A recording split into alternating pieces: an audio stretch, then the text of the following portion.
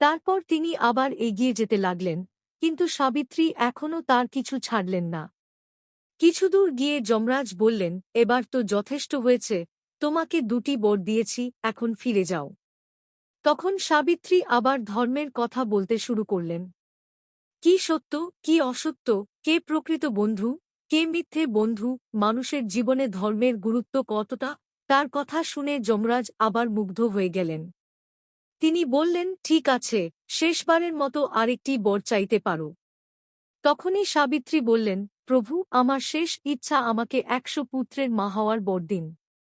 যমরাজ এক মুহূর্ত না ভেবে বলে ফেললেন, তথাস্তু। কিন্তু যেই মাত্র যমরাজের বরের আসল অর্থ বুঝতে পারলেন, তার পায়ের তলা থেকে মাটি সরে গেল। কিন্তু প্রভু, স্বামী ছাড়া 100 পুত্র কিভাবে হবে? শেষ পর্যন্ত তিনি হাসলেন এবং বললেন, তুমি জিতে গেছ, সাবিত্রী। তোমার ভক্তি ও নিষ্ঠা আমাকে সন্তুষ্ট করেছে। যাও, তোমার স্বামীকে আমি তোমাকে ফিরিয়ে দিচ্ছি। এইভাবেই সাবিত্রীর প্রেম ও ভালোবাসা মৃত্যুকেও পরাজিত করেছিল। কাহিনী ভালো লেগে থাকে তাহলে ভিডিওটি লাইক করুন, চ্যানেলটি সাবস্ক্রাইব করুন।